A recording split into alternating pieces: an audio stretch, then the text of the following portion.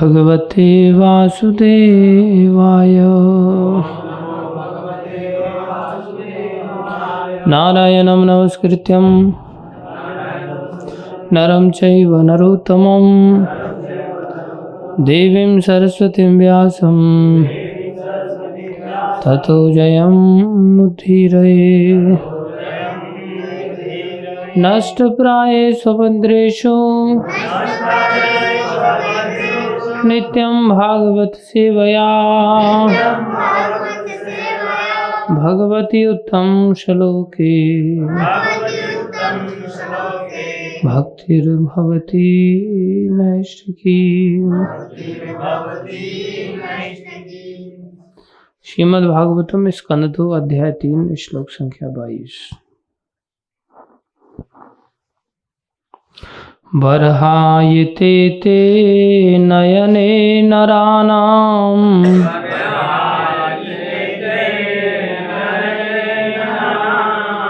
लिंगानि विष्णोर्ननिरीक्षतो ये।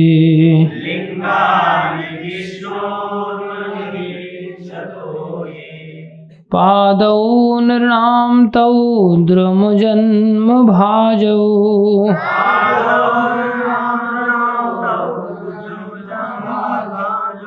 क्षेत्राणि नानो व्रजतो हरिर्यौ।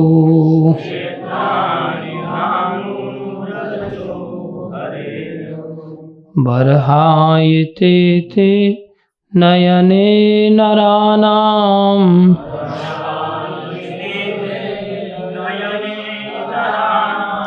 लिंगानि विष्णोर्ननिरीक्षितो ये।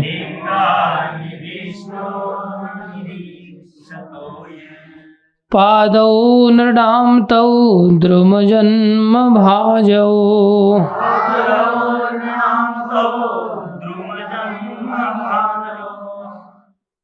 क्षेत्राणि नानो व्रजते हरिर्यौ।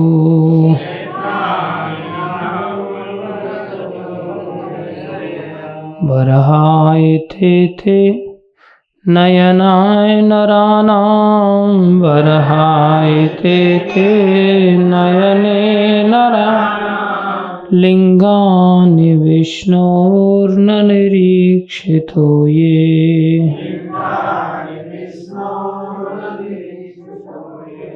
पादौ नृणां तौ द्रुमजन्म भाजौ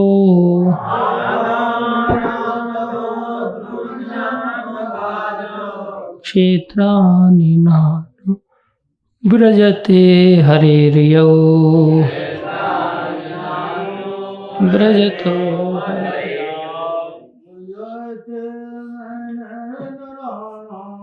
बर्हायते ते नयने नराणाम्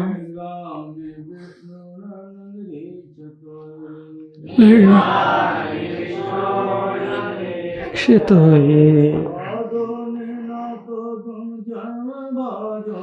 पादौ नृणां तौ द्रुमजन्म भाजौ क्षेत्राणि नानो व्रजतो हरिर्यौ। शब्दार्थ बर्हायते मोर पंखों की भांति, ते वे नयने आँखें, नरानाम मनुष्यों के, लिंगानी रूप, विष्णु श्री भगवान के नहीं निरीक्षता देखते हैं। ये ऐसे सब पादौ पांव नृणाम मनुष्यों के, तो वे द्रुम जन्म वृक्ष से उत्पन्न भाजौ उसके सदृश क्षेत्राणि पवित्र स्थल न नहीं अनुव्रजन जाते हैं हरे श्री भगवान के यौ। जो अनुवाद दोहराएंगे। जो आँखें भगवान श्री विष्णु की प्रतीकात्मक अभिव्यक्तियों, उनके रूप, नाम, गुण आदि को नहीं देखती। वे मोर पंख में अंकित आँखों के तुल्य हैं, और जो पांव तीर्थ स्थलों की यात्रा नहीं करते, जहाँ श्री भगवान का स्मरण किया जाता है, वे वृक्ष के तने जैसे माने जाते हैं। तात्पर्य अर्चनीय, वंदनीय, प्रातः स्मरणीय जगतगुरु श्रील प्रभुपाद जी द्वारा श्रील प्रभुपाद की जय।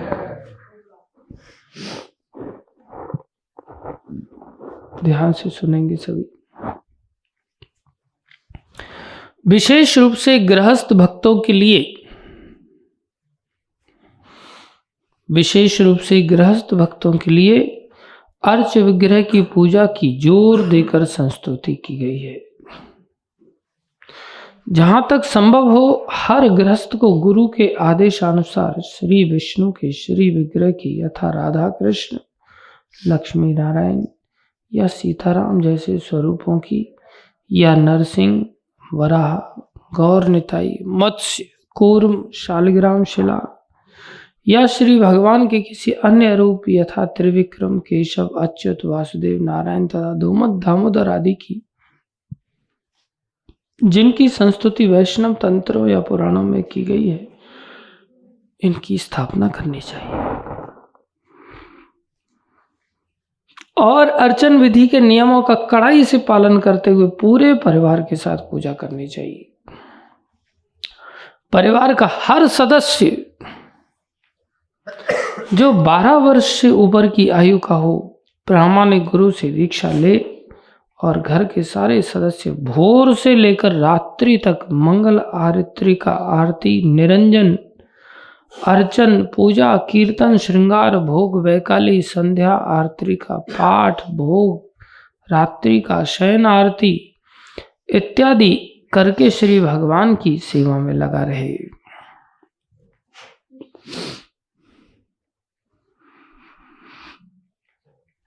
प्रामाणिक गुरु के निर्देशन में इस तरह अर्च विग्रह की पूजा में संलग्न रहने से गृहस्थों को अपना जीवन विमल बनाने तथा आध्यात्मिक ज्ञान में उन्नति करने में सहायता मिलेगी।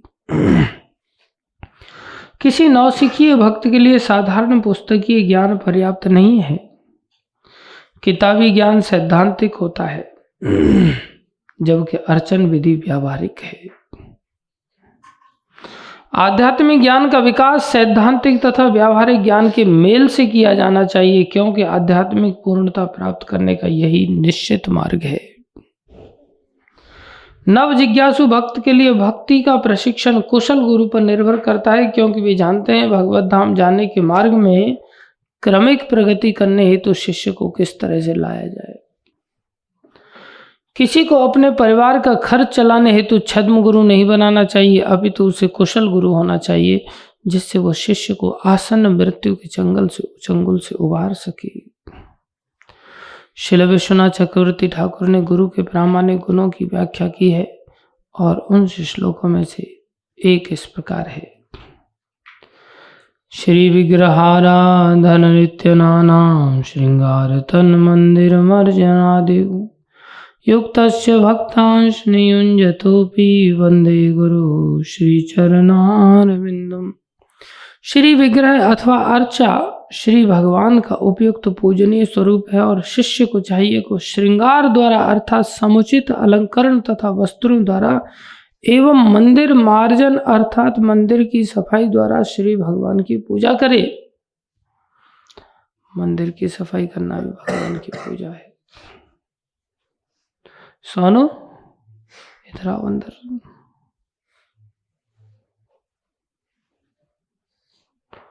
आप थोड़ा कटिंग करवा दो। तुम बोला था ना मैंने, फिर तो और भी ले लेते।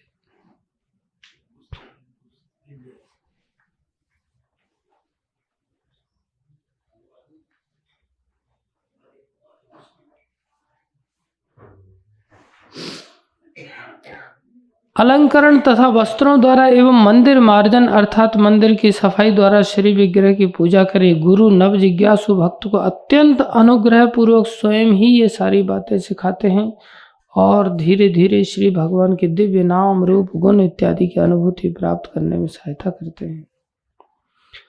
श्री भगवान को वस्त्र पहनाने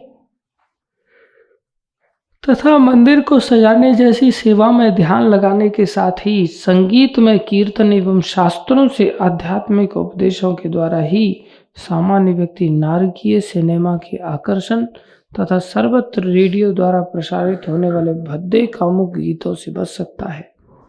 यदि कोई घर में मंदिर नहीं बना सकता तो उसे किसी अन्य के मंदिर में जाना चाहिए जहां उपयुक्त सारे कार्य नियमित रूप से संपन्न होते हों।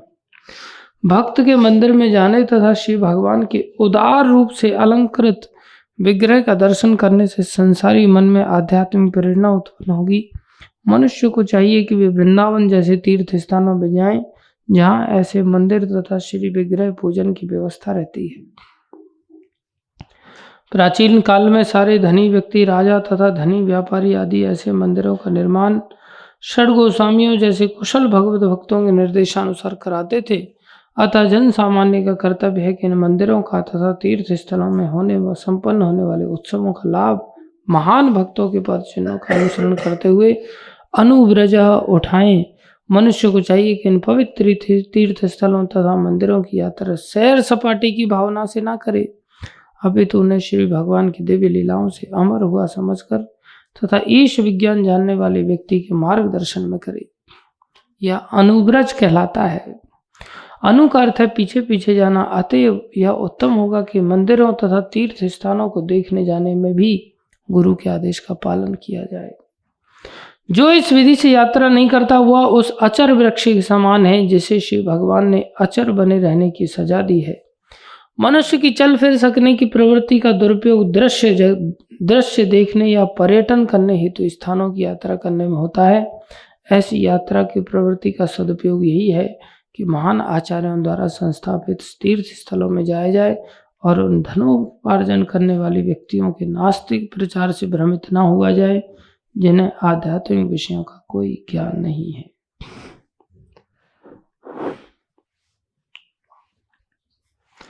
ओम अज्ञानं तिमिरन्धस्य ज्ञानाञ्जनशलाकया चक्षुरुन्मीलितं येन तस्मै श्री गुरवे नमः। श्री चैतन्य मनोभीष्टं स्थापितं येन भूतले स्वयं रूप गदा मह्यं ददाति स्वपदान्तिकम्।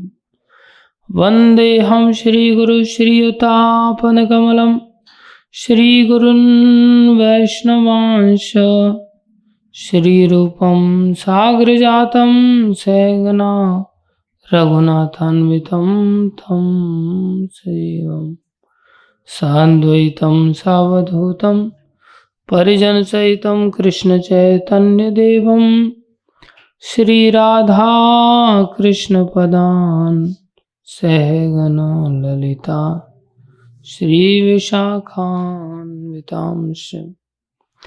हे कृष्ण करुणा सिंधु दीनबंधो जगतपते गोपेश गोपीकांत श्री राधा कांत नमस्तुते। तप्त कांचन गौरंगी राधे वृंदावनेश्वरी वृषभानुसुते देवी प्रणमामि हरिप्रिये। वाञ्छाकल्पतरुभ्यश्च कृपा सिन्धुभ्यैव च पतितानां पावनेभ्यो वैष्णवेभ्यो नमो नमः। जय श्री कृष्ण चैतन्य प्रभु नित्यानंदा श्री अद्वैत गदाधर श्रीवासादि गौर भक्तवृंदा। हरे कृष्णा कृष्णा कृष्णा हरे हरे हरे राम राम राम हरे हरे, हरे कृष्णा कृष्णा कृष्णा हरे हरे, हरे राम राम राम हरे कृष्णा कृष्णा कृष्णा हरे हरे, हरे राम राम राम। गुरुवे गौरचंद्राय राधिकाय तदालये कृष्णाय कृष्ण भक्ताय तद्भक्ताय नमो नमः।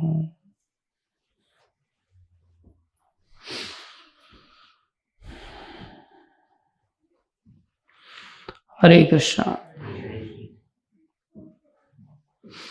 आप सभी भक्तों का हार्दिक अभिनंदन है, स्वागत है। गुरु वैष्णवों की दया से जो कुछ कहें, कृपा करके इन बातों को ध्यान से सुनिए।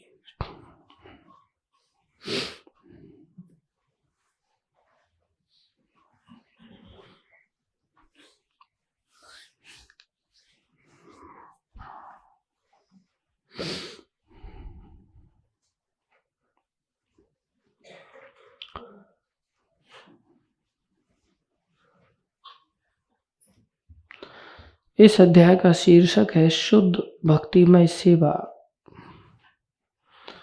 दूसरे शब्द में हृदय परिवर्तन।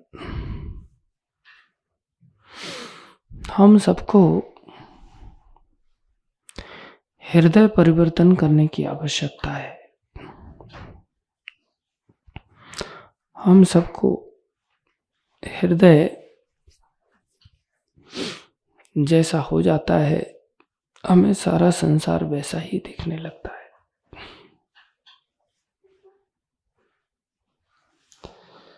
हृदय में यदि चोरी की वृत्ति है तो फिर चोर को सारा संसार चोर नजर आने लगता है, उसको वैसी ही चीजें दिखती हैं। जैसा हम अपने हृदय में स्वयं को मानते हैं, वैसा ही संसार हमें दिखता है। जब हम अपने आप को हृदय से बालक मानते हैं तो हमें समाज में बालक दिखाई देते हैं जिनके साथ हम खेल पाते हैं। हृदय से जब बड़ा मानने लगते हैं, युवक मानते हैं, तो समाज में युवतियां दिखाई देती हैं, क्योंकि युवा अवस्था में अपोजिट सेक्स के प्रति आकर्षण पैदा हो जाता है और लोभ ग्रसित होने पर जब हम लोभी बन जाते हैं तो दूसरे भी हमें लोभी नजर आते हैं।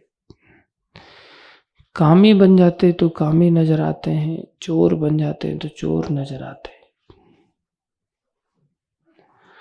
ऐसे ही हमारी मूलभूत अवस्था, जो कि आत्मा होने के कारण, हम सभी भगवान के अंश होने के कारण भगवान के सेवक हैं, भगवान के भक्त हैं। जब तक हम भक्त नहीं बनेंगे तब तक दूसरे भी हमें भक्त नजर नहीं आएंगे। हम सभी को भक्त बनने की आवश्यकता है। बनना हम सबको खुद ही पड़ेगा। गुरुजन, शास्त्र, साधु, भगवान, ये सब सहायता कर सकते हैं। बनना नहीं बनना ये हमारे ऊपर निर्भर करता है। इसलिए बातें बड़ी कठोर रूप से रखी गई हैं, स्पष्टता के साथ रखी गई हैं। जैसा कि श्लोक चले आ रहे हैं, भक्ति की विशेष महिमा का गान करते हुए अब हमारी स्थिति वर्णन की जा रही है कि हमारे कान उस सर्प के बिल की तरह हैं जिन कानों में भगवत कथा प्रवेश नहीं करती। हमारी जीवा मेढक की तरह है जो जीवा असत वार्ता में लगी रहती है। हमारा जितना भी वैभव है, किरीट कुंडल आदि, हाथों के कंकन आदि, संसारी दृष्टि से जो हमारे ऑपुलेंसेस हैं, जो भोग वृत्तियां हैं, जो वस्तुएं हैं जिनको हम बहुत पसंद करते हैं, वो सब बोझ के समान है एक डूबते हुए व्यक्ति के ऊपर। जिसके सर पे बोझ नहीं है वो इतना जल्दी नहीं डूबेगा, जिसके सर पे बोझ है और वो पानी में गिरा हुआ है तो डूब जाता है। इसलिए संसार की उपलब्धियों के पीछे जो हम पागलों की तरह भागते, बोले तुम डूब जाओगे। आचार्य लोग इन्हीं बातों को बड़ी सरलता से और भी समझा देते हैं। महाराज जी एक भजन गाते हैं, मोह माया नाल प्रीत जो लगाएगा, मोह माया नाल प्रीत जो लगाएगा, अब डूब जाएगा वो, अब डूब जाएगा, अब डूब जाएगा वो, अब डूब जाएगा। संसार की जो मोह माया है, जिसको हम वैभव समझते हैं, जिसको गौरव समझते हैं, जिसको शान समझते हैं, सम्मान समझते हैं, वही हमें डुबो देंगे। कृष्ण भक्ति के लिए जब हम कार्य करते हैं तब हमारा उद्धार हो जाता है।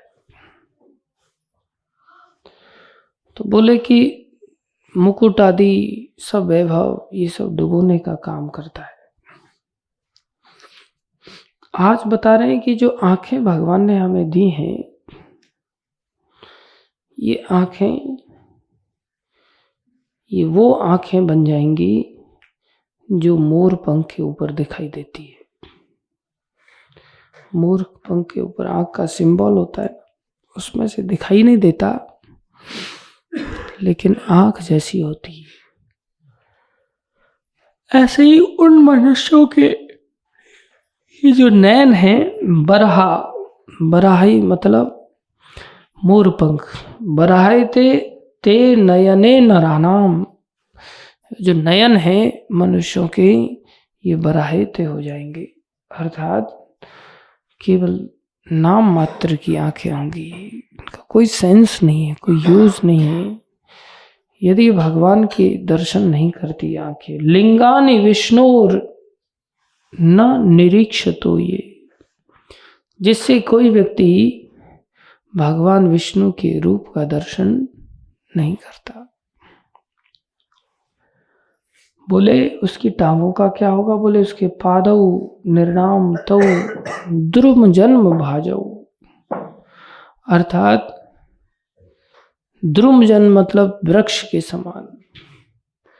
जो अचर वृक्ष हैं, जिनके पास चलने फिरने की सामर्थ्य नहीं है, उसकी जो टांगे हैं वो ऐसे अचर वृक्ष के समान मानी जाएंगी। वैसे तो खूब घूमता फिरता है, लेकिन बिना काम का घूमना फिरना है, उससे कोई लाभ नहीं होने वाला, उल्टा नुकसान होने वाला है। इसलिए पादौ निर्णाम तौ द्रुम जन्म भाजो, उसकी वृक्ष की जैसे टांगे जैसे खड़ी रहती हैं, ऐसे ही वृक्ष जैसे खड़ा रहता है, ऐसी टांगे खड़ी रहती है तने की तरह।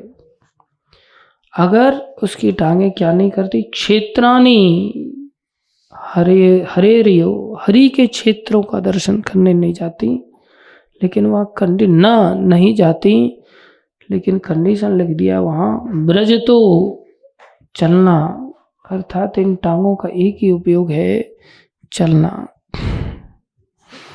लेकिन कहाँ पर? हरि के क्षेत्र में।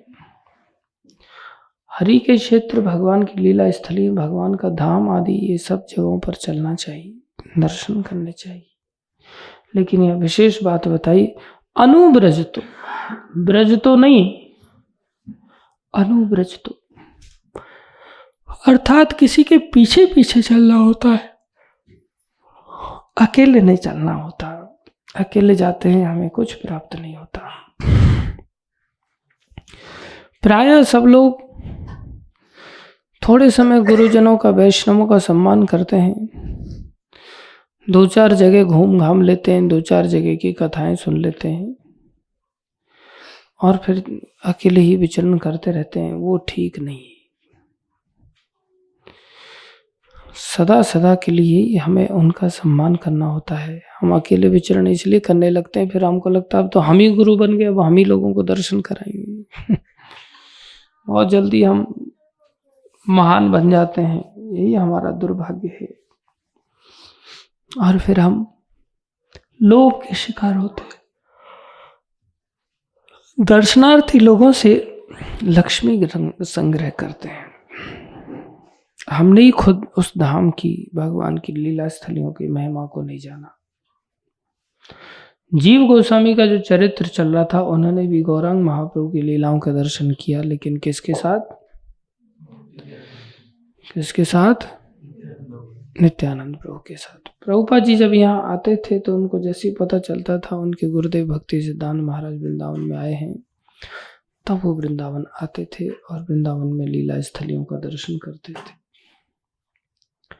और उसमें भी भक्ति सिद्धांत महाराज एक बार जब यात्रा लेकर के आए तो भक्ति सिद्धांत महाराज बड़े लंबे लंबे प्रवचन देते थे। तो वहीं पर बहुत सारी जिम्मेदारियां और भी लोगों के ऊपर दी जाती, तो गुरुजनों के आदेश से दी जाती, और वो लोग अपनी सुविधाएं देखते हैं।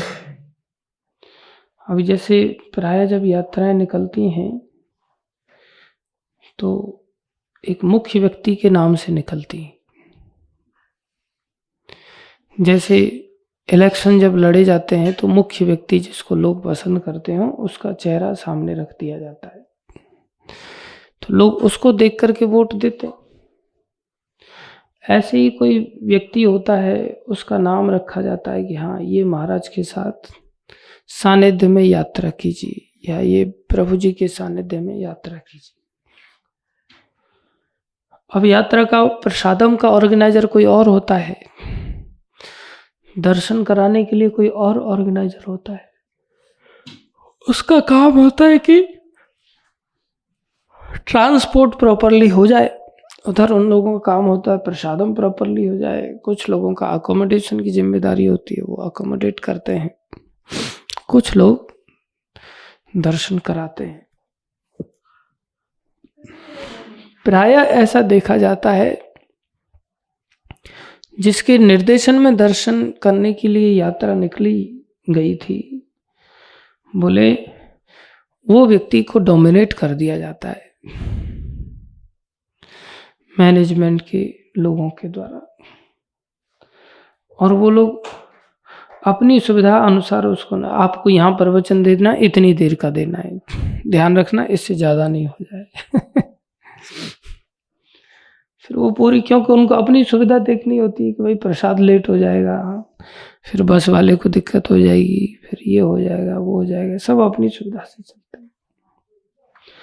रहते उसी व्यक्ति के अनुगत्य में हैं, लेकिन फिर भी वो अपनी सुविधा कहीं अधिक देखते हैं। और लीडर भी, जो मेन लीडर होता है वो भी सोचता है अरे यार अब इन लोगों से काम लेना है तो क्या करें अभी, तो वो भी मजबूरी में हाँ ठीक है ऐसा ही कर लेते हैं, ऐसा ही कर लेते हैं, क्योंकि वो खुद तो इतना कार्य कर नहीं पाएगा। प्राय ऐसा होता है, ये हम अनुभव से बता रहे हैं आपको।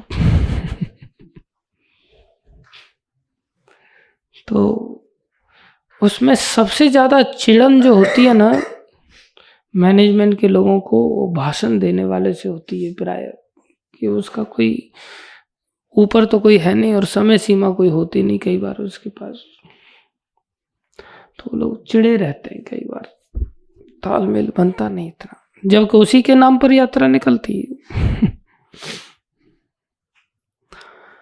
तो भक्ति सिद्धांत महाराज की जब यात्रा निकली तो उनके अंतर्गत भी कुछ मैनेजमेंट के लोग थे और बहुत सारे लोग आए थे, और भक्ति सिद्धांत महाराज प्रवचन दे रहे थे। भक्ति सिद्धांत महाराज तो सिंह गुरु थे, तो भाषण देते थे, वो तो किसी के दबाव में कार्य नहीं करते थे। उन्होंने ऐसी आराधना कर रखी थी कि वो किसी के दबाव में किसी भी स्तर से आ ही नहीं सकते थे।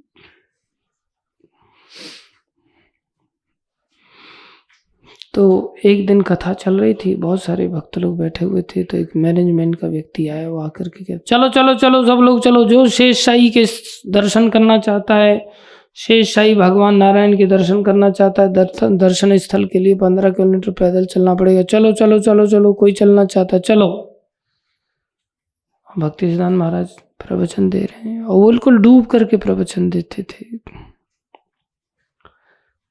और दर्शनों की लालसा प्राय संसार में लोगों को भान नहीं होता ना, तो सबके अंदर थी। सब लोग उठ के एक एक करके चलो मेरे को जाना है। जैसे अभी डॉक्टर साहब बोले अच्छा चलो चलो चलो, कोई बरसाना चलना चाहता है, बोले मेरी गाड़ी जा रही है। इतनी देर में पता चला हाँ तिवारी जी गायब हो गए मंदिर में से। हाँ 3 महीना में, मैं वही कह रहा हूँ, कुछ लोगों को तो साल हो जाती है तब भी नहीं जा पाते। नहीं, मैं एक बात कह रहा हूँ, उदाहरण दे रहा हूँ। और अब आप ऐसा मत समझिए कि आप ही तिवारी जी हैं, और भी तिवारी जी हैं यहाँ पर। कहाँ गए? देखो वो तिवारी जी हैं। आप अपने ऊपर क्यों ले लेते हैं तिवारी जी? हाँ उधर ही दे दीजिए, अभी उनके ऊपर दे दीजिए।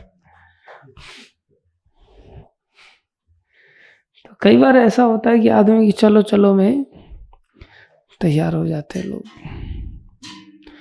लेकिन प्रभुपाद जी की विशेषता थी कि प्रभुपाद जी बैठे रहते थे, 4-4, 5-5 घंटे कथा चलती थी।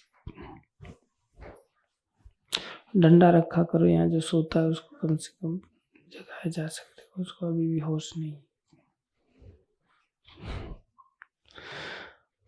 प्रभुपाद जी 4-5 घंटे तक वो भाषण देते रहे और प्रभुपाद जी सुनते रहे।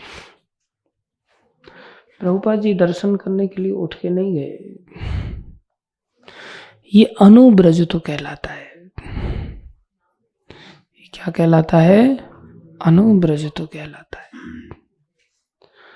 उसके लिए ऐसे गुरुजनों के प्रति ऐसी प्रीति होनी चाहिए। भूगर्भ गोस्वामी थे जो कि चैतन्य महाप्रभु के मित्र थे, क्लास फेलो थे, और उनकी आगे चलकर के चैतन्य महाप्रभु में बहुत प्रीति हो गई। और अचानक से चैतन्य महाप्रभु ने कहा आप एक काम करो, आप वृंदावन चले जाओ। तो उनकी ऐसी दशा हो गई कि प्राण निकल जाएंगे चैतन्य महाप्रभु के बिना। उनकी नई इच्छा होती थी वृंदावन आने की। लोकनाथ गोस्वामी थे, उनको भी चैतन्य महाप्रभु ने भेज दिया। उनकी भी बहुत मित्रता थी, उनकी भी यही दशा थी, वृंदावन आना नहीं चाहते थे। वृंदावन भेज दिया, वृंदावन आ गए।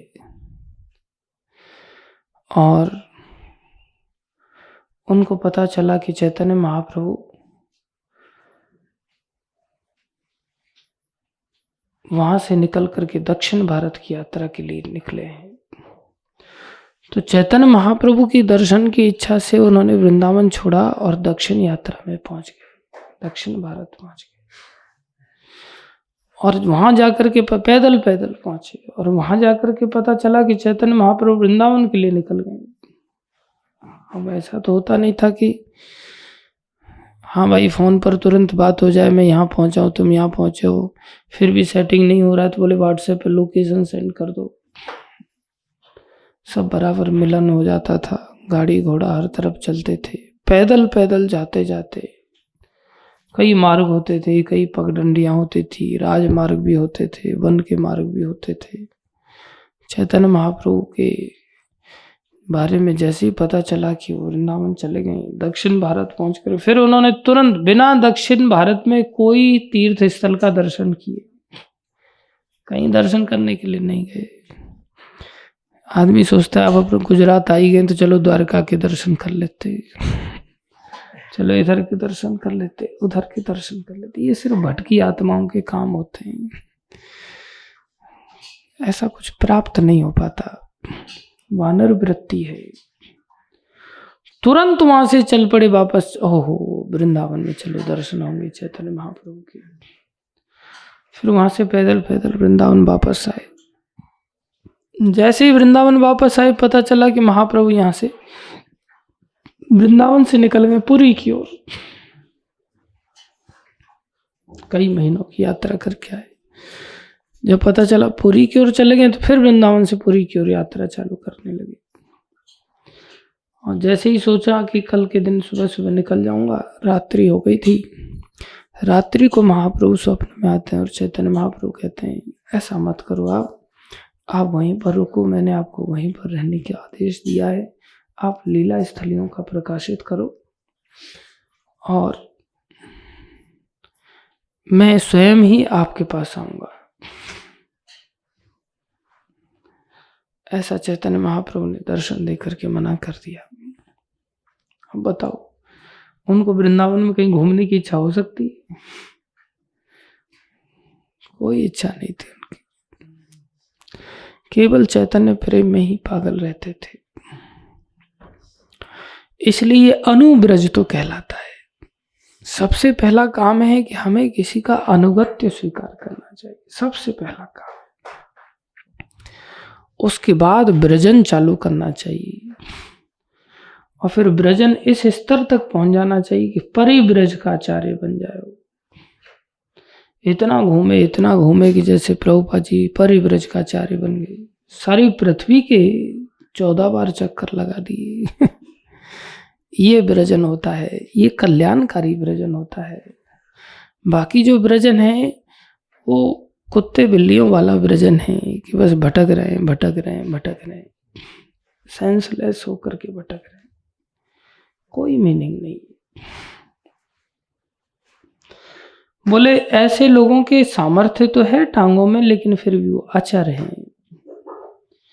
वो वृक्ष के समान उनकी टांगे हैं। सब कुछ अनुब्रजनात्मक होना चाहिए। आंखों का उपयोग भी प्रॉपर होना चाहिए। सबसे बड़ी माया का प्रवेश आंखों के माध्यम से ही प्रवेश होता है। माया कहाँ से प्रवेश करती है? आंखों से। Out of site, out of mind. आंखों से जब चीज संसार दूर हो जाता है, तो मन से भी संसार दूर बना रहता है। अलग अलग चीजें अलग अलग जगह से प्रवेश करती हैं। माया का प्रवेश मुख्य रूप से आंखों से होता है। लोभ का प्रवेश जीवा के माध्यम से होता है।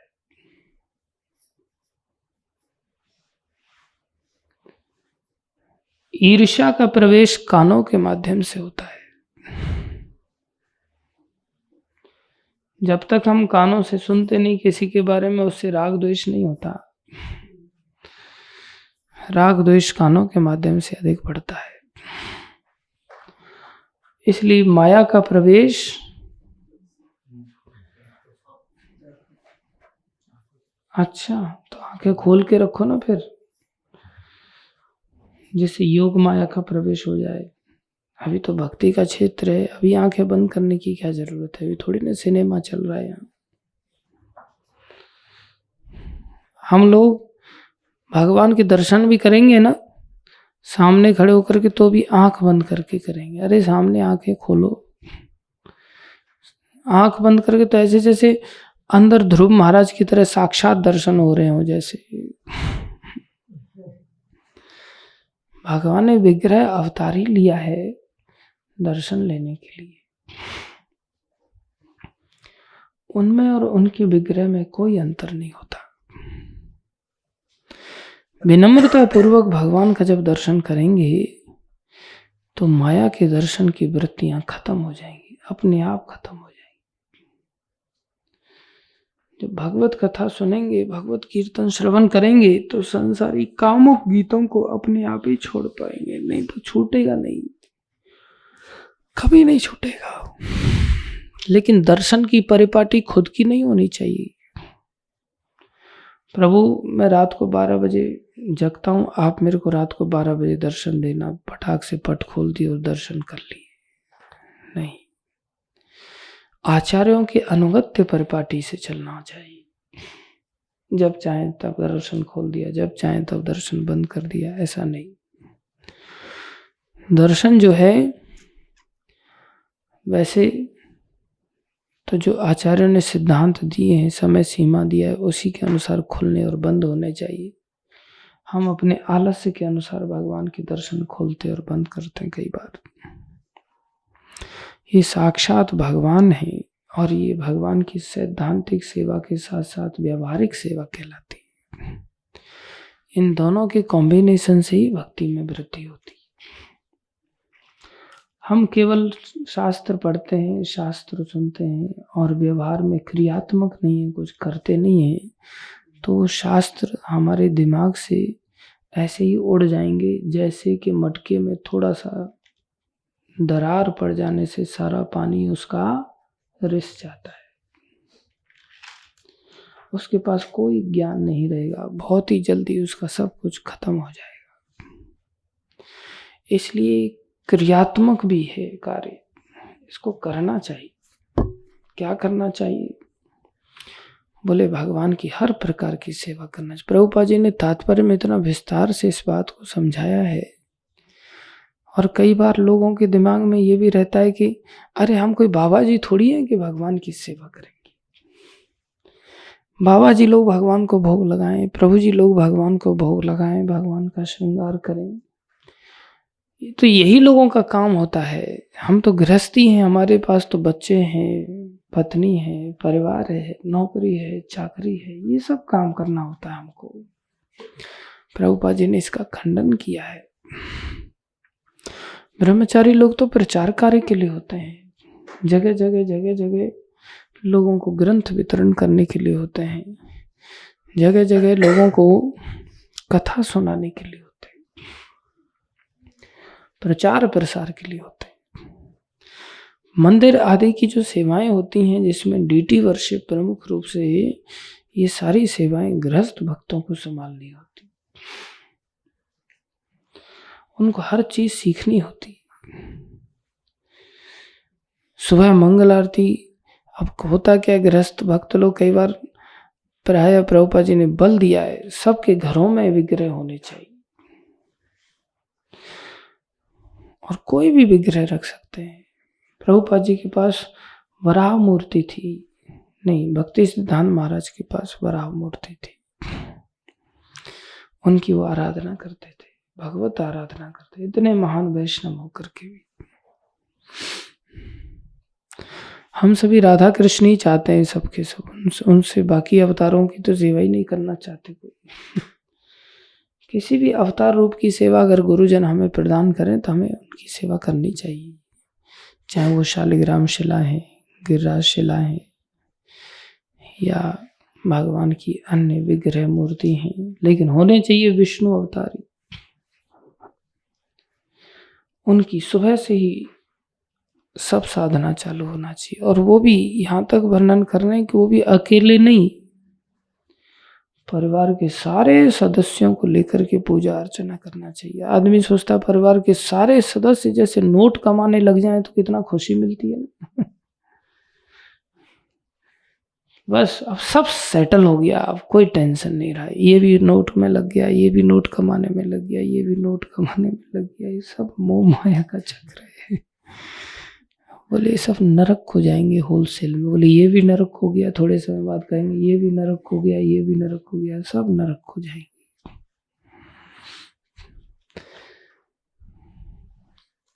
इसी तरह जो इस महिमा को जानता है शास्त्रों से, गुरुजनों से, वो पूरे परिवार को साथ में लेकर के ऐसा प्रयास करता है कि पूरा परिवार ही भक्ति में लग जाए। हर व्यक्ति साधना करे, हर व्यक्ति भगवान के अर्च विग्रह की सेवा करे। सारी मंगल आरतियां बताए हैं, सारी आरतियां बताया, चाहे वो वैकालिक आरती है, शयन आरती है, संध्या आरती है, मंगल आरती है, दर्शन आरती है, सारी आरतियों का वर्णन किया। कितनी दृढ़ता के साथ बताया। हम लोग तो सारी आरतियों का टाइम ही अपने अनुसार बना लेते हैं,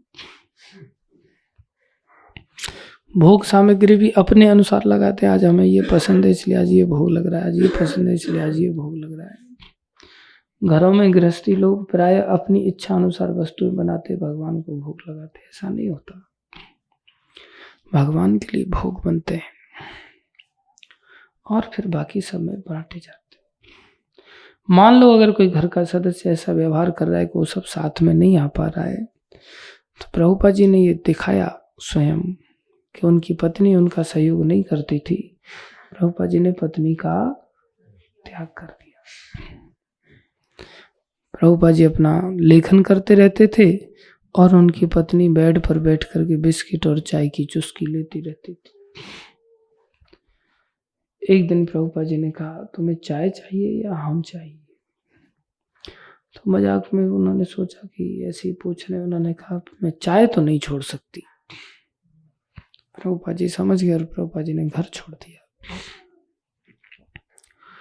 ये वास्तव में जितने भी रिश्ते नाते होते हैं ना, ये सब बनाए ही जाते हैं भगवान के लिए, भगवान की सेवा के लिए रिश्ते नाते बनाए जाते हैं।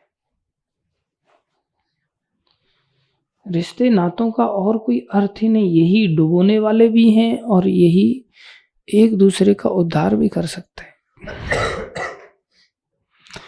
मीराबाई ने जब पूछा तुलसीदास जी से कि यहाँ हम परिवार में रहते हैं और परिवार में कोई हमारी सहायता नहीं करता और उल्टा आए तो ऐसे ऐसे राजकुमार आते हैं, यहाँ सब मांसाहार वगैरह होता है, मदिरा पान होता है, राजसी ठाट बाट सी क्रियाएं होती हैं, ऐसी स्थिति में हमें क्या करना चाहिए? इनके घर में रहें या कुछ और कार्य करें? भक्ति में अत्यधिक आनंद की अनुभूति नहीं होती, विरोध करते हैं सभी।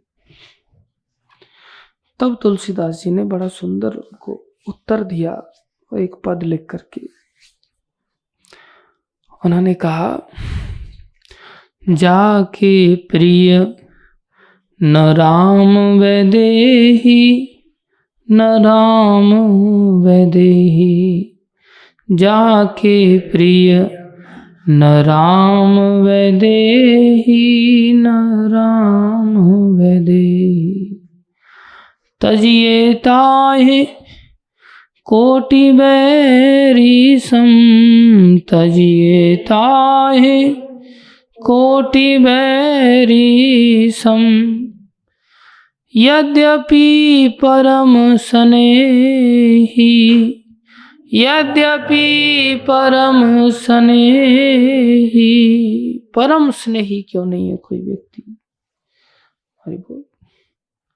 जाके प्रिय न राम वैदेही, न राम वैदेही, जाके प्रिय न राम वैदेही, न राम वैदेही। पिता, भाई, माता, पति सबका त्याग किया लोगों ने, उदाहरण देके उन्होंने बताया। तजो पिता प्रहलाद विभीषण, तजो पिता प्रहलाद विभीषण, बंधु भरत महतारी, बंधु भरत महतारी, बलि गुरु तजो कांत ब्रज वनीतन, बलि गुरु तजो कांत ब्रज वनीतन, भय मुद मंगलकारी, भय मुद मंगलकारी, जाके प्रिय न राम वैदेही, न राम वैदेही, जाके प्रिय न राम वैदेही, न राम वैदेही। तो बोले ऐसे ऐसे गहरे संबंध थे जिनका त्याग किया। पिता का त्याग कर दिया प्रहलाद जी ने, तजो पिता प्रहलाद, विभीषण बंधु, विभीषण जी ने अपने भाई रावण का त्याग कर दिया। भरत जी ने अपनी माँ कैकेयी का त्याग कर दिया। और बलि महाराज ने अपने गुरु का ही त्याग कर दिया, क्योंकि गुरु भगवान की ओर नहीं ले जा रहे थे। कांत ब्रज बनितन, ब्रज की बनिताएं, ब्रज की गोपियों ने अपने कांत, अपने पतियों का त्याग कर दिया। और किसी का अमंगल नहीं हुआ, सबका मंगल हुआ। भय बुध मंगलकारी, खुद अपना मंगल किया और आज उनके आचरण को गा गा करके सारे संसार का मंगल हो रहा है। ऐसा होता है। आगे बताते हैं, नाते नेह राम के मनियत, नाते नेह राम के मनियत, नाते नेह कृष्ण के मनियत, नाते नेह कृष्ण के मनियत। जितने भी रिश्ते नाते हैं ये सब कृष्ण के लिए ही बनाए गए हैं। कैसी विचित्र, कितना बढ़िया वरदान की बात है। हम रिश्ते नाते एक दूसरा अपने लिए मान लेते हैं, ये मेरी पत्नी मेरे लिए है, जबकि वो कृष्ण दासी है, कृष्ण की सेवा करने के लिए। इतनी कृष्ण सेवा बढ़ रही है, बोले अब 2-4 दास और भी चाहिए, तो जो बच्चे पैदा हुए कृष्ण दास बन गए। कृष्ण दासत्व की शिक्षा देनी चाहिए थी, लेकिन हम उसे भोग की वस्तु मान लेते हैं, उनको भोगों का अड्डा मान लेते हैं। कृष्ण दासत्व न सीखते हैं न सिखाते हैं। बच्चों को बोले मैंने तेरे को मेडिकल की एजुकेशन दे दी, मैंने कितना बड़ा पुण्य का कार्य किया, नहीं तो तू किसी प्राइमरी स्कूल में पढ़ लिख रहा होता। मैंने इतना अच्छा पढ़ाया लिखाया तेरे को, और उसके अंदर एक नया अहंकार पैदा हो गया औलाद के अंदर। औलाद सोचती नहीं नहीं, मैं अपनी लाइफ स्टाइल में खुद ही डिसाइड करूंगा कैसा जीना है। माता पिता ने आंख फोड़ दिया उसकी, और वैसे मन में सोच रहे हमने बहुत अच्छा किया। बहुत अच्छा नहीं किया, बहुत बुरा किया। एक आत्मा को धक्का मार करके संसार में ढकेल दिया। औलाद को भक्ति की शिक्षा देनी चाहिए थी, भक्ति पढ़ानी चाहिए थी। अपना दोष नहीं मानते, औलाद को गाली देते हैं कि तू ऐसा हो गया, तू भक्ति नहीं करता, माला नहीं करता, तू इतना गिरा हुआ बन गया, ऐसा करता है वैसा करता है। कौन जिम्मेदार है? पहले गाली तो खुद को माननी सीखनी चाहिए कि हमने, और औलाद को तो धड़ाधड़ गालियों की लाइन लगा देते लोग। ये गलत है। खुद को क्रोध करना चाहिए, खुद को गाली देना चाहिए। हमने क्या संस्कार दिए, क्या शिक्षा दी, क्या औलाद पैदा किया, उसको हम संभाल नहीं पाए, उसको हमने धक्का गर्त में फेंक दिया। खुद दोषी हैं हम इसका प्रायश्चित करना चाहिए। प्रायश्चित कुछ अलग नहीं होता, एक ही प्रायश्चित है। चलो क्या करें। अब भगवान से ही प्रार्थना करनी चाहिए, भगवान आप ही का बच्चा है, आप ही संभालो, मेरा कोई नाता नहीं, मैं केवल अब नहीं संभल रहा, अभी इंडिपेंडेंट हो गया तो क्या कर सकते, उससे नाता नहीं रखना चाहिए। ये नाते रिश्ते अगर रखेंगे तो ये रखने के लिए ही होते हैं वैसे, लेकिन पर्पसफुली रखने के लिए होते हैं। विदाउट पर्पस के रिश्ते नाते खतरनाक बन जाते हैं। जैसे काजल होता है, काजल आंख में लगाने के लिए ही होता है, लेकिन पर्पसफुली लगाने के लिए होता है। काजल क्या करता है, आंख को बड़ा करता है और रोशनी बढ़ाता है। बाई चांस काजल में कोई व्यक्ति ने कुछ ऐसा पदार्थ डाल दिया है जो ऊपर से तो काजल ही लग रहा है, लेकिन इतना खतरनाक बन गया है कि अगर लगाया तो आंख फूट जाएगी।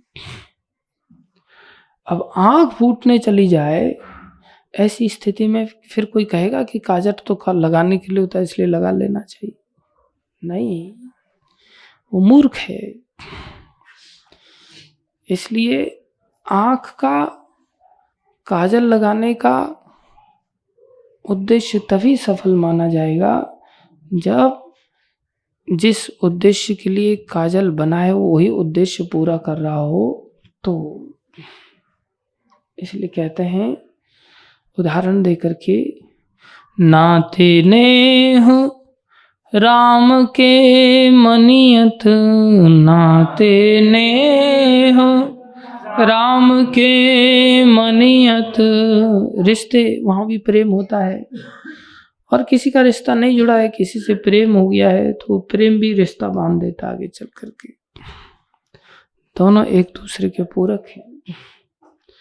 रिश्ते में प्रेम उत्पन्न हो जाता है, जैसे संतान पैदा हुई, एक नाता जुड़ा औलाद के साथ, उसमें प्रेम जागृत हो जाए। और किसी से प्रेम हो गया उसके साथ नाते जुड़ जाते हैं। चलते चलते कोई व्यक्ति का व्यवहार अच्छा लगा, उसमें प्रेम हो गया, बोले ऐसे ऐसे ट्रेन में मिले थे, तब से हम लोग भाई की तरह एक दूसरे के प्रति जुड़ गए, तो नाश्ता भाई जैसा बना लिया रिश्ता। तो नाते रिश्ते प्रीति से जुड़ जाते हैं। बोले ये सब कृष्ण के लिए जोड़ने चाहिए और कोई पर्पस नहीं होना चाहिए। नाते नेह राम के मनियत, नाते नेह राम के मनियत, सुहृद सुसेव्य जहाँ लो, सुहृद सुसेव्य जहाँ लो। सुहृद उसके शुभ चिंतक बन जाओ अगर वो कृष्ण के लिए कार्य कर रहा है। सुसेव्य उस व्यक्ति की बहुत अच्छी सेवा करो, कोई दिक्कत नहीं। अंजन कहा आँख जही फूटे, अंजन कहा आँख जही फूटे, बहुतक कहूँ कहाँ लो, बहुतक कहूँ कहाँ लो। अब और इससे ज्यादा क्या समझाऊंगी। ऐसा काजल कभी मत लगाना जिससे आंखें फूट जाए। इसलिए ऐसे पति के साथ कभी सती व्रत नहीं निभाना जो भगवत भक्ति की विरोधी बन जाए। ऐसी पत्नी का तुरंत त्याग कर देना जो भक्ति की विरोधी हो। ऐसे माता पिता, ऐसी संतान, ऐसा नाते रिश्तेदार कोई भी त्यागने की होगी। तुलसी सो सब भांति परम हित, तुलसी सो सब भांति परम हित, पूज्य प्राण ते प्यारो, पूज्य प्राण ते प्यारो। तुलसी सो सब भांति परम हित। अगर कोई व्यक्ति ऐसा है, कैसा, उसका सब प्रकार से सुसेव्य, उसको प्राण के समान प्यार करना चाहिए। किसको करना चाहिए? जासो होय स्नेह राम पद, जासो होय स्नेह राम पद, जिससे भगवान के प्रति स्नेह बढ़ जाए। अगर माँ भगवान के प्रति स्नेह को बढ़ा रही है तो उसको प्राण के समान प्यार करो। पिता भगवान की ओर लेकर के जा रहे हैं, भगवान से प्रेम बढ़ रहा है पिता के कारण, तो उन्हें प्राण के समान प्यार करो। कैसी बात बता रहे हैं। वो कोई भी है, चांडाल भी अगर भगवान से प्रीति बढ़ा रहा है, चांडाल को भी प्राणों के समान प्यार करो और हर तरह से करो। तुलसी सो सब भांति परम हित, तुलसी सो सब भांति परम हित, पूज्य प्राण ते प्यारो, पूज्य प्राण ते प्यारो।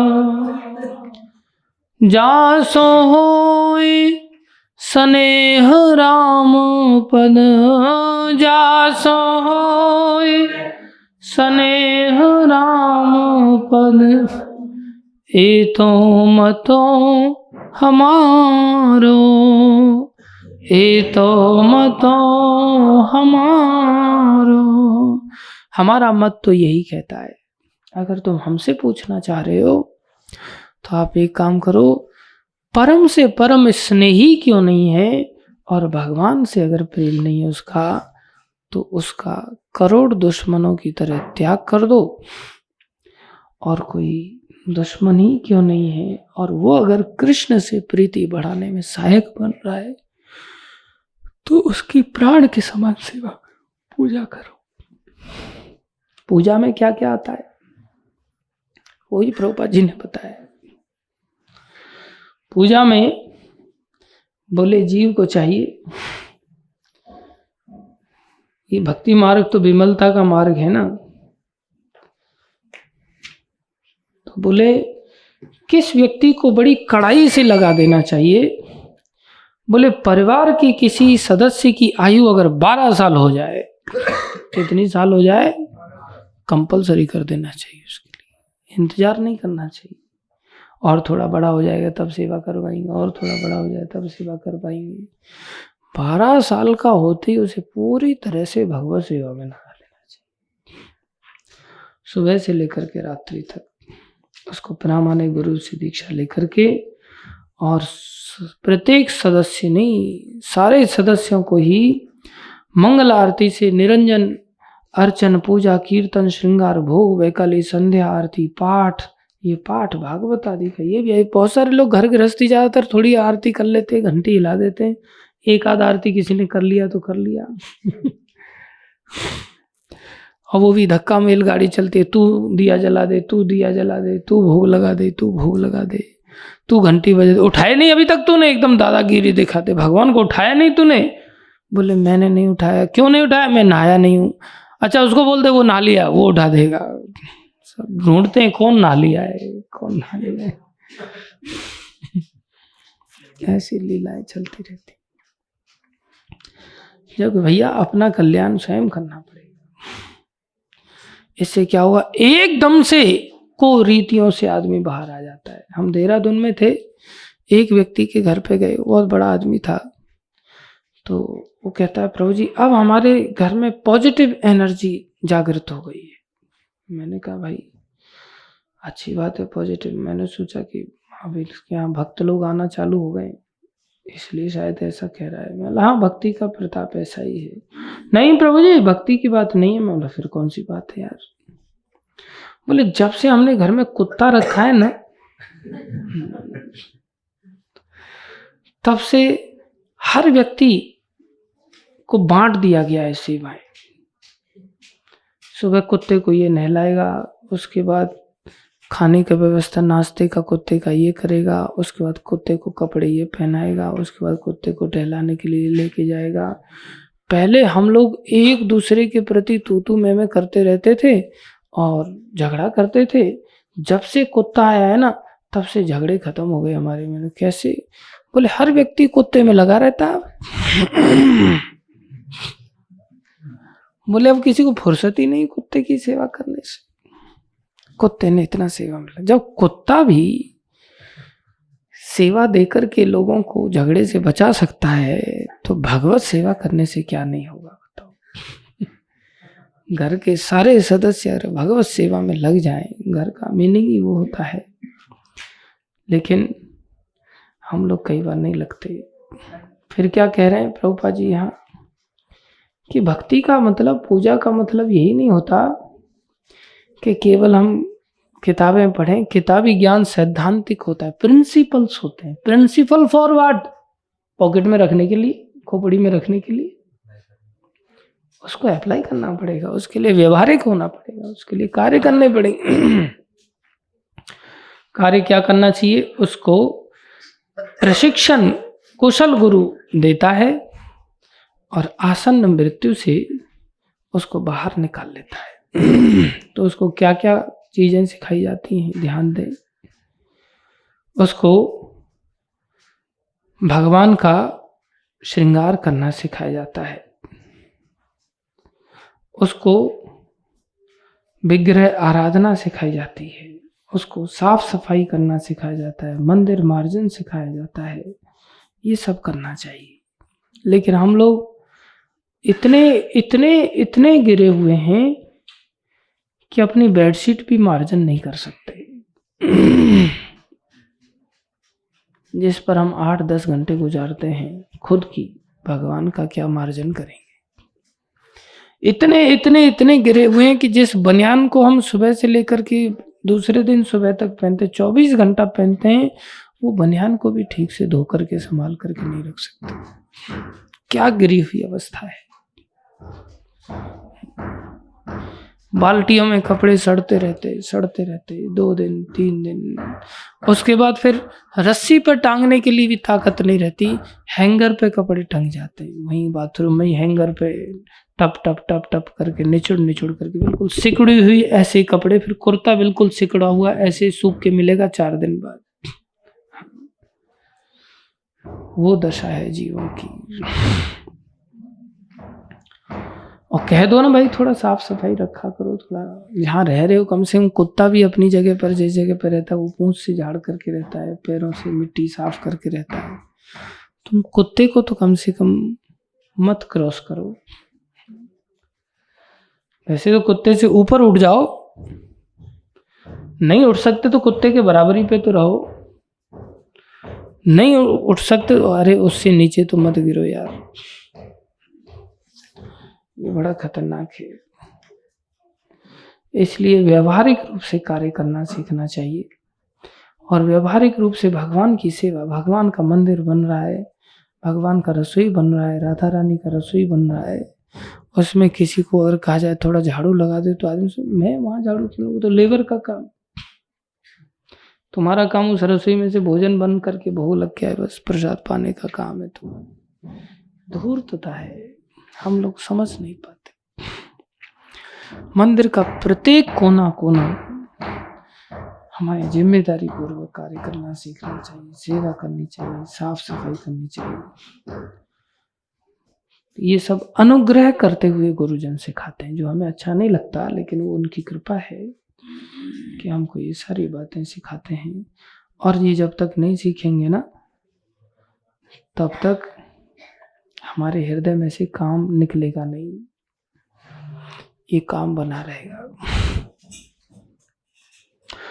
जहाँ काम तहाँ राम नहीं, जहाँ काम तहाँ राम नहीं, जहाँ राम नहीं काम, जहाँ राम नहीं काम। ध्यान दें, जहाँ काम तहाँ राम नहीं, और जहाँ राम नहीं काम। जहाँ राम है वहाँ काम नहीं होता।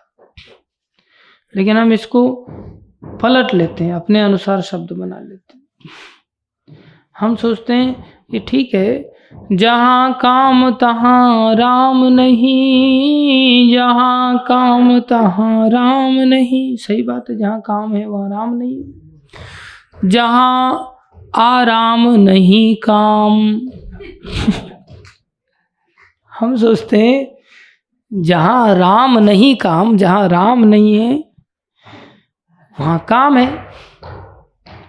हम सोचते जहाँ आराम है वहाँ काम नहीं होता, इसलिए आराम करो और काम नष्ट हो जाएगा हृदय से। ऐसा नहीं है भैया, आराम तो काम का ही रूप है। आराम में और काम में कोई अंतर नहीं है। आराम इतना अच्छा लगता है, लेकिन राम भजन में आराम कहाँ। हम सबको तो आराम की सबसे पहले पड़ जाती है, पहले आराम फरमाया जाए। क्या कर रहे हैं महाशय? बोले आराम फरमा रहे हैं। कहाँ फरमा रहे? बोले कोजी कंबल में आराम फरमा रहे हैं। उनको आर्मी वाला कंबल दे तो बोले ये तो चुभता है शरीर में, आर्मी वाला कंबल चुभता है शरीर में, तो चुभेगा तो थोड़ा कम सोओगे। नहीं नहीं, सॉफ्ट कंबल चाहिए। क्या चाहिए? सॉफ्ट। बातें खुद चुभने वाली करेंगे, उनको बोलो सॉफ्ट बातें किया करो, थोड़ा थोड़ा काम कर लिया करो सॉफ्ट रीति से, तो उस समय आंखें नटेरने लग जाते हैं, उस समय सॉफ्ट व्यवहार नहीं रहता, कंबल सॉफ्ट ओढ़ेंगे। हम जब विद्यार्थी जीवन में थे, पढ़ते थे, तो टीचर ने उससे एक लड़की को उठाया, बोले लाओ दिखाओ तुम्हारी नोटबुक। तो दिखाते हुए गई वो, तो उसने सब ऊट पटांग लिख रखा था, उसको समझ ही नहीं आ रहा था क्या लिखा है। तो बोले सर ये क्या लिख रखा है? सर ये रफ है। ये क्या है? रफ है।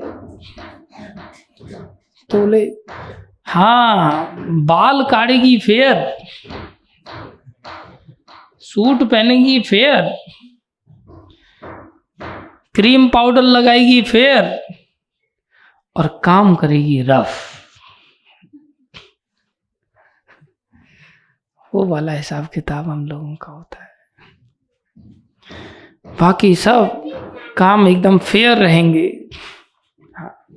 नहाएंगे धोएंगे। शॉपिंग करने के लिए बोलो, बोले आज आप मेरे को 80,000 रुपये दे दो, बस दोपहर तक शॉपिंग करके ख़त्म कर दूंगा मैं। इतने कपड़े खरीदेंगे, इतने कपड़े खरीदेंगे, कपड़ों का बहुत शौक है। और थोड़ा जप के लिए बोल दो, बोले अरे यार जीने नहीं देते, कमरे में भी तो जप ही कर रहे हैं, थोड़ा हीटर पर सेकते हुए जप कर रहे हैं। और वहाँ से अगर थोड़ा खटका दो, बुला लो, तो बोले ठीक से जीने भी नहीं देते लोग। जैसे मंदिर में तो फांसी लगा लगा के टांग दे रहे हैं पंखे के ऊपर। अरे यहाँ कौन सा अत्याचार किया जा रहा है, इतनी सारी भक्त लोग रह रहे, बैठ के जप करो यहाँ संगे शक्ति कलियुग।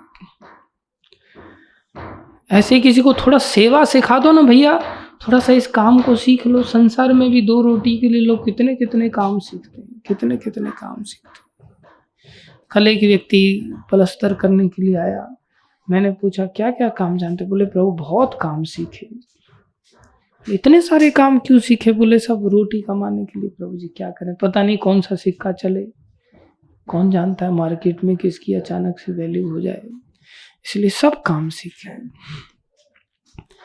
ऐसे भक्ति में भी हमें सब कुछ सीखना चाहिए। कुकिंग सीखनी चाहिए, करतल बजाना सीखना चाहिए, श्लोक रटने सीखने चाहिए, ड्राइविंग करना सीखना चाहिए, प्रचार कार्य पुस्तक वितरण करना सीखना चाहिए, पलस्तर हो जाए उस पर पानी मारना सीखना चाहिए, पानी कैसे मारते हैं, चिनाई करना सीखना चाहिए, टाइल्स लगाना सीखना चाहिए, दीवार तोड़ना सीखना चाहिए। कभी जरूरत पड़े तो किसी का सर भी फोड़ पाएंगे फिर आप। सब चीजें सीखनी चाहिए, साफ सफाई सीखनी चाहिए, पोंछा मारना सीखना चाहिए, झाड़ू मारना सीखना चाहिए, वाइपर मारना सीखना चाहिए। हम एक चीज सीखते हैं बस, लाट सा भी सीख जाते हैं बस, बढ़िया पहन पहन करके और बढ़िया तेल फेल चुपड़ करके खा पी करके बस। ये जीवन ठीक नहीं है। इससे आराम से कुछ दिन तो मिलता है, लेकिन आगे कुत्ते की तरह नजर से देखा जाता है। चाहे आप घर में रह रहे हो वहां भी, बोले सुबह से शाम तक बस कुत्ते की तरह पड़ा रहता है, काम नहीं धंधा नहीं कुछ नहीं, कोई आपका सम्मान नहीं करेगा। और अगर आप ऐसे बन जाएंगे तो हर व्यक्ति सम्मान करेगा। वो उत्तम मोहन प्रभु हैं, रात को 8-9 बजे तक पानी मारते हैं। छोड़ दिया अभी, मारना चालू कर दो, मारना ऐसा मत करो, कंस्ट्रक्शन चल ही रहा है, पानी मारना बंद मत करो। सीनियर, हाँ ड्राइविंग सीखनी अभी, पानी मारना भी परफेक्शन नहीं हुआ ना।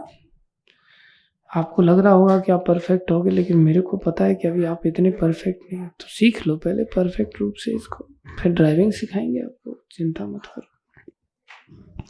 काम चोरी मत करो। नहीं मैं सिखाऊंगा, कुछ नहीं तो मत सीखो, कोई बात नहीं। अब पानी से ही आपका उद्धार हो जाएगा। टाइम हो गया पता है मेरे को, लेकिन आप पानी का भी टाइम देख लिया करो। पानी मारना बहुत जरूरी है।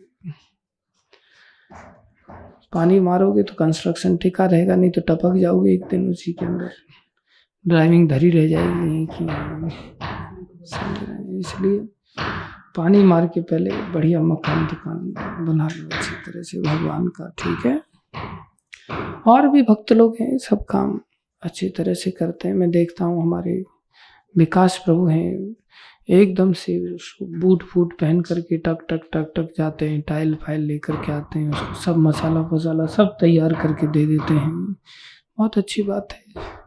लेकिन दुर्भाग्य मेरे को कि दोपहर के बाद जाता हूँ तो कहीं कोई नजर नहीं आता। हाँ, अच्छा, शिफ्ट चेंज हो जाता है, अच्छी बात है। दोपहर के बाद हमारे विनोद प्रभु थोड़ा दिखते हैं, और पहले भी दिखते हैं, दोपहर के बाद भी दिखते हैं। माता जी उनको कई बार पुश करती हैं कि आप सो रहे हो अभी तक, उठो जल्दी से जाओ काम करो। अच्छा है, धर्म पत्नी धर्म पे लगाना चाहिए। धर्म पत्नी भी सुबह में भी रोटी बनाते हैं, शाम को भी रोटी बनाते हैं, अच्छी बात है, सेवाओं में लगना चाहिए। सब कोई हर शिफ्ट में काम करना चाहिए, या फिर मेरा भी कोई शिफ्ट चेंज करने वाला कोई ऑप्शन मिलना चाहिए। मैं देखता हूँ मेरी शिफ्ट कोई नहीं ले पाता है यार। हाँ, लंच ब्रेक भी करना कठिन हो जाता है, इसलिए पहले मेरी शिफ्ट लगने तो फिर आप लोग शिफ्ट चेंज कर लिया करो। बाकी तब तक सब लोग हर समय हाजिर रहना सीखो, जिससे आप लोगों का मंगल होगा, बहुत तेजी से मंगल होगा। ऐसा मैं नहीं कह रहा हूँ, ऐसा भागवत कह रही है। ये नहीं कि सुबह की शिफ्ट का पुजारी अलग, शाम की शिफ्ट का पुजारी अलग। पुजारी भी बड़े मेहनती होते हैं, जैसे हमारे राम प्रभु हैं, सुबह भी पूजा करते हैं, रात्रि को भी पूजा करते हैं, किसी को पूजा में घुसने नहीं देना चाहते। फिर भी हमारे रोशन लाल प्रभु हैं, उनकी इच्छा, बोले प्रभु जी मैं राजभोग की आरती करूंगी। हमारा चलो कर लेना, बाकी सब तो दूर भागते हैं। ऐसा नहीं, सबने सीखना चाहिए। धन्यवाद सभी भक्तों का। जगत गुरु श्री प्रभुपाद की जय, भागवत महापुराण की जय, श्री गुरु महाराज की जय, अनंत कोटि वैष्णव वृंद की जय, आप सब भक्तों की जय।